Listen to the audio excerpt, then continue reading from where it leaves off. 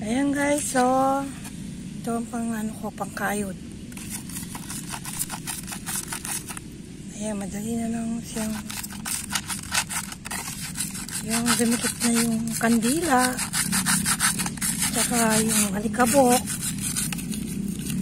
Kaya bumili yung pamangkin ko ng lalagyanan ng kandila para hindi na siya diretso sa marmol. Tigas guys, oh.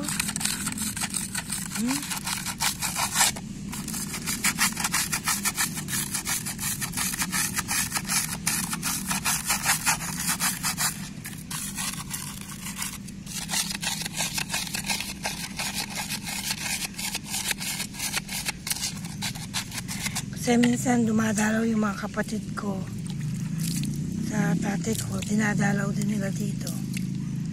Kaya nagsisindi sila ng kandila.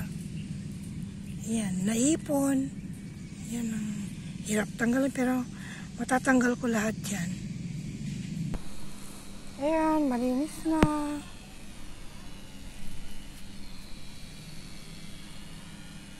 Ayan, mula doon hanggang dito sa amin magkakapatid. Para pag inimlay kami, sama-sama kami lahat dito. Ayan.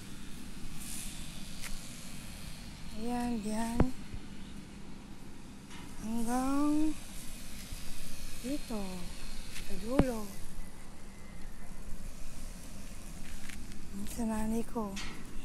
Hindi ko pa nalilinis itong sa nanay ko.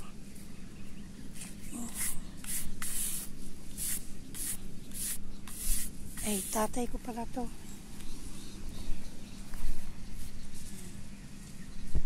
Nanay ko dito. Tapos pinagsama na sila. Thank you for watching.